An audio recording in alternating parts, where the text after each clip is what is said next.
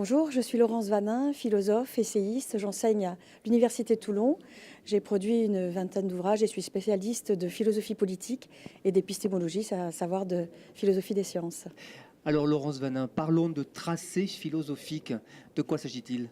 En fait, il s'agit d'un ouvrage qui a voulu surtout présenter la philosophie avant même qu'on puisse la nommer ainsi.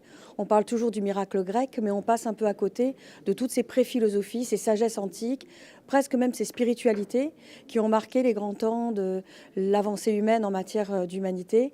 Et je pense qu'il était important de replacer la philosophie, je veux dire chinoise, zoroastre dans l'histoire même de cette philosophie, en Inde, le manichéisme avec le bouddhisme persan également. Et je trouvais que c'était très très important de replacer ces pensées avant même d'aborder Platon, Aristote, les grands maîtres de la philosophie grecque. Une des pensées, la sagesse? La sagesse, c'est la sapienza, c'est ce que l'on peut savoir, mais le savoir vient souvent du sens de la terre. C'est-à-dire que les hommes ont toujours été quelque part influencés par les modes de vie, par les influences, par les guerres, par toutes ces géopolitiques qui déjà influençaient les humains. Et puis une quête permanente, je crois, d'une sorte de sérénité intérieure, quelque chose qui pouvait nous amener à nous connecter à la totalité de cette nature dans laquelle nous avions à vivre, et en même temps le commun des hommes qu'il fallait toujours reconstruire.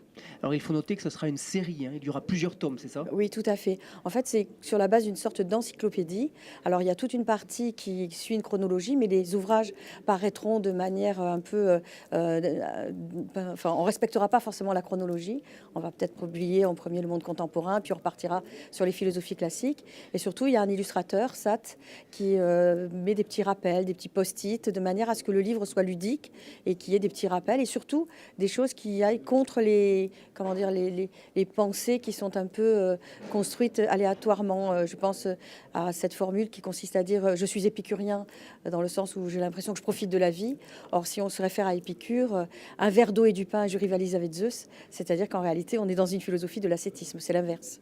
Parlez-nous des femmes, parce que quand on dit philosophie, on invite beaucoup d'hommes, et vous êtes la preuve qu'il y a des femmes qui sont Exactement. philosophes. Est-ce que vous allez en parler de ces femmes dans ces livres? Oui, il y a 176 femmes dans l'histoire de la philosophie, et surtout dans l'Antiquité, il y avait 16 pythagoriciennes. Dioptime qui a insufflé le discours sur l'amour à Socrate, on a Cléobuline, Hypatie, en fait toutes ces femmes qui ont incarné des mouvements de pensée. Il y a un certain courage aussi parce qu'il fallait qu'elles s'affirment au milieu de tous ces hommes, mais leurs pensées les ont influencées et elles-mêmes avaient une pensée qui était autonome, et je pensais qu'il était important de leur rendre hommage aussi.